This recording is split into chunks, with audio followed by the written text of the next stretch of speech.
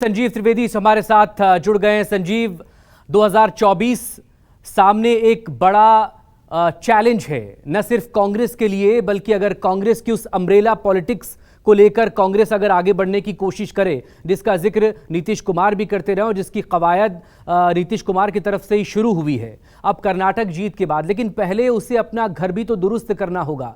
राजस्थान की लड़ाई से पार नहीं पा रहे थे, कर्नाटक में प्रचंड बहुमत की सरकार तो बना ली, लेकिन मुख्यमंत्री के नाम को लेकर जब 3 दिनों तक फैसला नहीं हो पा रहा है तो तीर एक बार फिर से कांग्रेस की तरफ से और सवाल उठ रहे हैं। ये जैसा कि आप कह रहे हैं कल तक सुलझ भी जाएगा, आगे बड़ी लड़ाई है अभी कांग्रेस के लिए, विपक्ष के लिए। कैसा इसे आप देखते हैं? देखिए, कोई जो भी सुलह सामने आती है वो क्या ऐसी सुलह होने जा रही है जो 5 साल तक मुकम्मल तरीके से चल पाए और उसे दूसरा पक्ष मान ले, ये भी एक बड़ा प्रश्न है। क्योंकि आज की तारीख में 2 प्रबल मजबूत दावेदार हैं और उनका कहना है कि ये जो प्रचंड जीत है ये उनके कंट्रीब्यूशन की ही बदौलत है।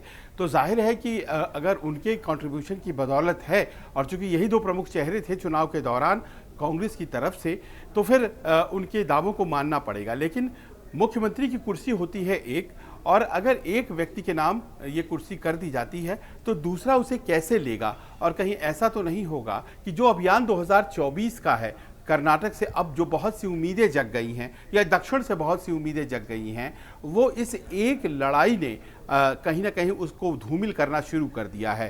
क्योंकि इसके बाद अगर मान लीजिए कि 13 तारीख को नतीजे आए थे और तुरंत सीएलपी की बैठक बुला ली गई थी 14 तारीख को, और कर्नाटक में बेंगलुरु में मैं था, वहाँ उन्होंने विधायक दल की बैठक की। विधायक दल की बैठक के बाद ये जब तय नहीं हुआ, एक लाइन का रेजोल्यूशन पास कर दिया गया कि आला कमान तय करेगा, लेकिन उसी रात में डिनर के बाद एक एक विधायक को बुलाया गया और उनसे उनकी मन की बात पूछी गई। पूछा ये गया कि भाई आप किसे चाहते हैं, और फिर सभी 135 लोगों से, विधायकों से पूछने के बाद वो रिपोर्ट लेकर पर्यवेक्षक दिल्ली आए।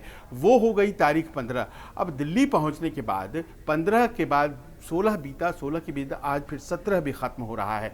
तो इतना समय क्यों लग रहा है? क्या कोई आपके पास ऐसा प्लान नहीं था? ये बहुत बड़ा प्रश्न है और धीरे धीरे कांग्रेस की किरकिरी होनी शुरू हो रही है।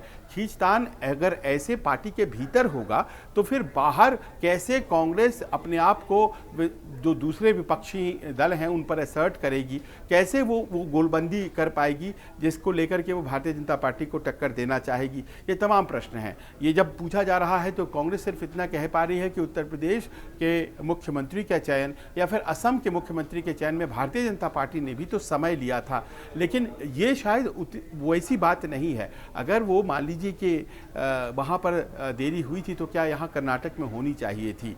अभी से कुछ देर पहले खड़गे साहब के निवास पर रणदीप सुरजेवाला गए हैं और उनके साथ केसी वेणुगोपाल हैं जो कि संगठन महासचिव हैं। अब ये दोनों वहाँ पहुँच करके क्या कोई फाइनल फॉर्मूला निकालते हैं? सिद्धरमैया को अगर बनाया जाता है तो फिर शिव कुमार जी के लिए क्या है कॉम्प्रोमाइज प्लान, और अगर डीके शिव कुमार को मुख्यमंत्री बनाया जाता है तो सिद्धरमैया के लिए क्या है कॉम्प्रोमाइज प्लान? ये ऐसा जटिल प्रश्न बनकर कांग्रेस नेतृत्व के सामने खड़ा हो गया है कि ढूंढे से इसका कांग्रेस नेतृत्व को जवाब नहीं मिल रहा है। जी, लेकिन कांग्रेस के पास एक जवाब जरूर होता है जब इस तरह के मामले सामने आते हैं तो, कि पार्टी, ये तो अच्छी बात है कि पार्टी में 1 से ज्यादा दावेदार हैं, यानी कि पार्टी में और काबिल नेताओं की कमी नहीं है।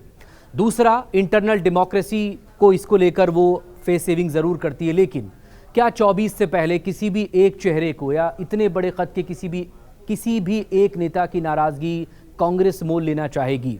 और लगातार डीके शिव कुमार के जिस तरह के भावुक बयानों को हमने सुना, डीके शिव कुमार के कद को अगर हम देखें तो जब वो उस वक्त में जेल में थे तब खुद सोनिया गांधी का उनसे मिलने जाना, दूसरी तरफ सिद्धरमैया को हम देखें तो वो 5 साल अपनी एक सरकार का कार्यकाल पूरा कर चुके हैं।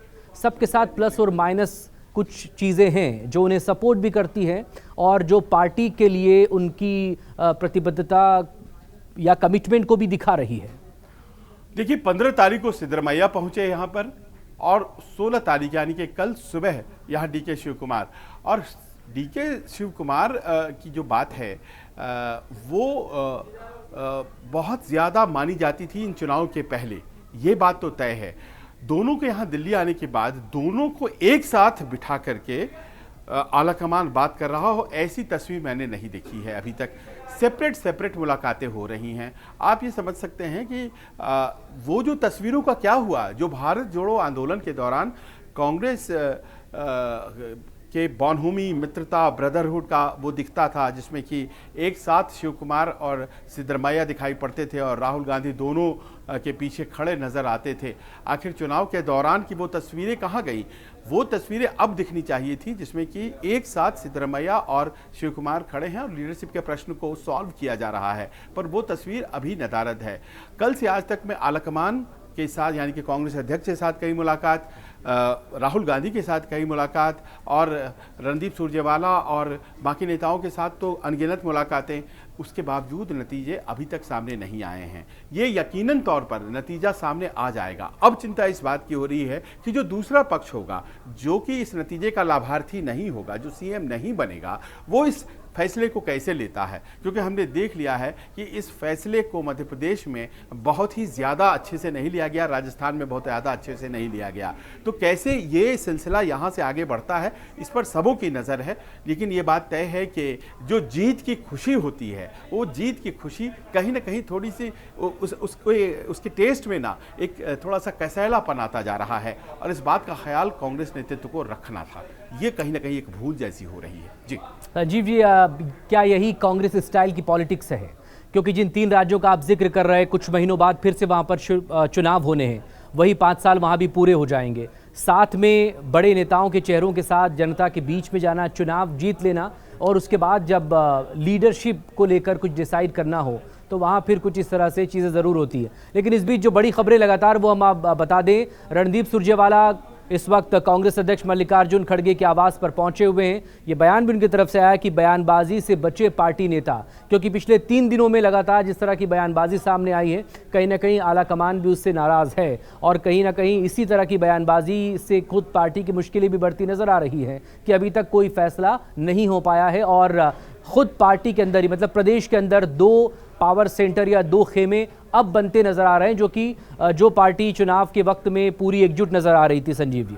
क्योंकि अब जब नतीजे आए तो किस भावुक अंदाज में डीके शिव कुमार सामने आए। कल भी हमने उनका बयान देखा था, दिल्ली रवाना होने से पहले उन्होंने कहा था कि चूंकि तबीयत मेरी ठीक नहीं है, मैं नहीं जा पा रहा हूँ, लेकिन पार्टी को अपनी माँ बताया, कहा कि जैसा पार्टी का आदेश होगा, फैसला होगा, मैं उसे फॉलो करूँगा।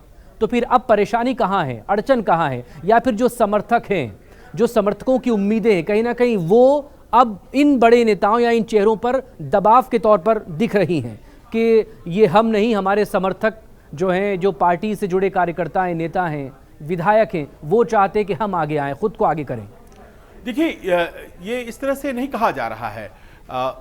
बहुत स्पष्ट कहा जा रहा है कि हमें बनाइए, हम काबिल हैं। बहुत ही साफ गोई से, इसमें कहीं कोई लाग लपेट नहीं है। बहुत खुलकर के दोनों कह रहे हैं, चाहे वो सिद्धरमैया हों, चाहे वो शिव कुमार हों। और जो बातें छनकर के बाहर भी आ जा रही हैं, उसमें वो कह रहे हैं विधायकों में हमारा समर्थन ज़्यादा है। सिद्धरमैया तो ये पब्लिकली कह चुके हैं, लेकिन जवाब शिव कुमार ने दिया कि सारे 135 हमारे हैं। ऐसी कौन सी बात हो गई? अब सवाल ये, आपने जो 2 महत्वाकांक्षाओं की बात कही ना, क्योंकि 2 लोग हैं आपको जो सामने दिखाई पड़ रहे हैं, पर देखिए ऐसा नहीं है। परसों की बात है, मैं बेंगलोर में था, मैंने इंटरव्यू वहाँ पर आरवी देशपांडे का किया, जो कि एक वरिष्ठ नेता हैं, विधायक हैं, जीत कर आए हैं फिर से। वो कह रहे हैं कि मैं भी दावेदार हूं। ऐसी बात आपने कौन सी कह दी?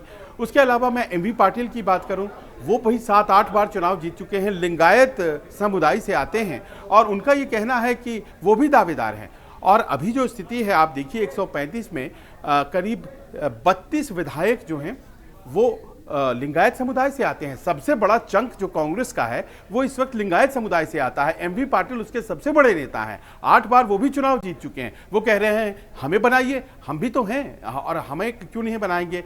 आपको एक और नेता की बात बताता हूं, उन्होंने भी इंटरव्यू में यही कहा, जी परमेश्वर, वो दलित समुदाय से आते हैं, और कहना उनका ये था कि दलित समुदाय ने जमकर के समर्थन किया है। मैं तो 2013 में ही दावेदार था, उस वक्त सिद्धरमैया को बना दिया गया था, तो अब मुझे इस बार मौका दिया जाए। तो जैसे देखिए, जातियों का अगर जिक्र करें और इस पूरे मैंडेट को देखें, 135 सालों बाद, करीब 30 से ज़्यादा सालों बाद इस तरह का मैंडेट कर्नाटक में पार्टी लेकर आया, वो कांग्रेस है, तो जाहिर है कि सभी अलग अलग जातियों या समुदाय ने उसे समर्थन किया है। एक छोटे से ब्रेक के लिए फिलहाल हम यहाँ रुकेंगे, नज़र इस पर बनी रहेगी, फौरन हाजिर होंगे, आप बने